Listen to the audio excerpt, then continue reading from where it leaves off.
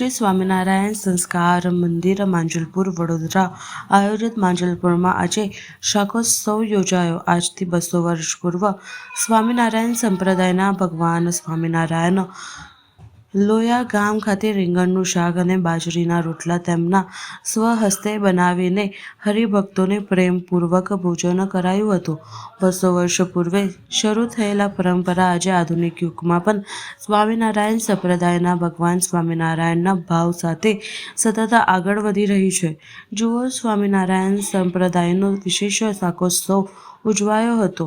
સ્વામિનારાયણ સંપ્રદાયમાં અનેક ખાસ કરીને શિયાળાના સમય દરમિયાન શાકોત્સવનો ઉત્સવ મનાવવામાં આવે છે, જેમાં મુખ્યત્વે રીંગણનું શાક અને બાજરીના રોટલાનો ભગવાનના ભાવ સાથે સ્વામિનારાયણ સંપ્રદાયના સંતો દ્વારા બનાવવામાં આવે છે, જેને સૌ હરિભક્તોને ભાવપૂર્વક પીરસીને ભગવાન સ્વામિનારાયણે બતાવેલા શાકોત્સવની આ પરંપરાને આજે આધુનિક યુગમાં આગળ વધાવી આજે આધુનિક યુગમાં પણ એ જ ભાવ સાથે આગળ વધી રહી છે। શિયાળા દરમિયાન રીંગણની આવક પુષ્કળ પ્રમાણમાં થતી હોય છે। વધુમાં આ દિવસો દરમિયાન સ્વામિનારાયણ સંપ્રદાય સાથે જોડાયેલ ધાર્મિક અને સામાજિક સંસ્થાનોમાં પણ આ પ્રકારની શાકોત્સવનું આયોજન કરીને 200 વર્ષ પહેલાંની આ પરંપરાને ધાર્મિક ભાવ અને એકતા સાથે મનાવવામાં આવે છે। આજે શ્રી સ્વામિનારાયણ સંસ્કાર મંદિર માંજલપુર વડોદરા આયોજિત માંજલપુરમાં આજે શાકોત્સવ યોજાયો હતો।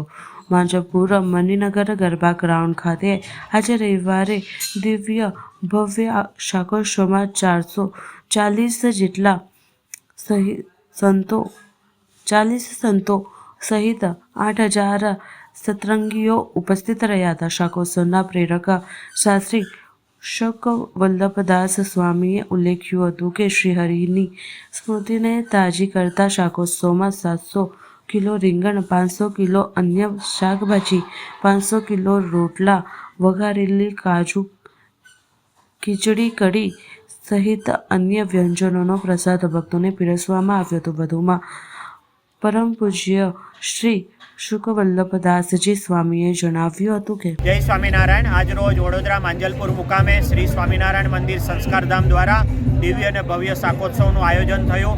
આજે 8 થી 10,000 જેટલા હરિભક્તો વડોદરા અને ખાસ કરીને માંજલપુર વિસ્તાર, ખાસ કરીને કાનમ પ્રદેશના બધા જ ભક્તોએ પધારીને અહીંયા લાભ લીધો છે। 40 ઉપરાંત જેટલા સંતો વડતાલ, ધોલેરા, સારંગપુર અને વડોદરાના તમામ સ્વામિનારાયણ મંદિરના સંતોએ પધારી અને દર્શન આશીર્વચનનો લાભ આપ્યો છે। અને આ ઉત્સવમાં ઓછામાં ઓછા 400 ઉપરાંત સ્વયંસેવકોએ ખડે પગે છેલ્લા ઘણા દિવસથી આ શાકોત્સવની દિવ્ય અને ભવ્ય તૈયારી કરી છે। ઘણા બધા રાજદ્વારી મહેમાનો પધાર્યા। ઓછામાં ઓછા 50 કરતાં વધારે NRI ફેમિલી સાથે આજે ઘણા બધા ભક્તોએ આ શાકોત્સવનો લાભ લીધો છે।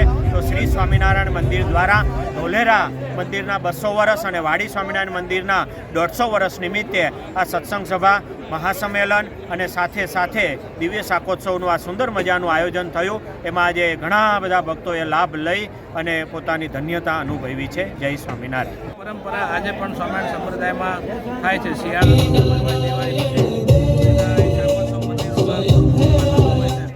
એ પ્રમાણે માંજલપુરમાં પણ સુંદર મજાનો શાકોત્સવ કર્યો છે। અહીંયા પહેલાં સંતોએ કથા વાર્તા કરી, ધૂન કીર્તન થઈ, બધા સંતો 50 સંતો આવ્યા હતા, બધા વડતાલથી, વડોદરાની આસપાસ પરા વિસ્તારોમાંથી, ચરોતરમાંથી બધા ઘણા સંતો પધાર્યા હતા। બધાએ આશીર્વાદ આપ્યા અને ખૂબ સારો પ્રસંગ થયો। 7,000 થી 8,000 બધા ભક્તો, કોઈ ભક્તો ઉતાવળ ન કરે, બધા ભક્તોને પ્રસાદ પ્રાપ્ત થશે તો તમામ ભક્તોએ પ્રસાદ લઈને જવાનું છે। ધીરે ધીરે બધા જ ભક્તોને પ્રસાદ પ્રાપ્ત થશે, કોઈ ભક્તો ઉતાવળ ન કરે। આનો હેતુ એટલો જ છે કે આ શાકોત્સવનો પ્રસાદ જે કોઈ લે અને એને ભગવાન સ્વામિનારાયણની સ્મૃતિ થાય, એ ઉત્સવની સ્મૃતિ થાય, એનું કલ્યાણ થાય, એ હેતુ છે। અને આ સર્વ માટે, બધા માટે, આ નાત જાત અને ધર્મના ભેદભાવ વગર બધા માટે આ ઉત્સવ હોય છે। ખાલી સ્વામિનારાયણ સંપ્રદાયના અનુયાયીઓ માટે પૂરતો મર્યાદિત નથી, બધા માટે છે। જે કોઈ ધર્મપ્રેમી જનતા અહીં આવે એ બધાને સત્સંગનો લાભ મળે છે અને મહાપ્રસાદનો લાભ મળે છે। એટલે આજે ખૂબ સુંદર શાકોત્સવ થયો, એનો હૃદયમાં ઘણો આનંદ છે। જય સ્વામિનારાયણ।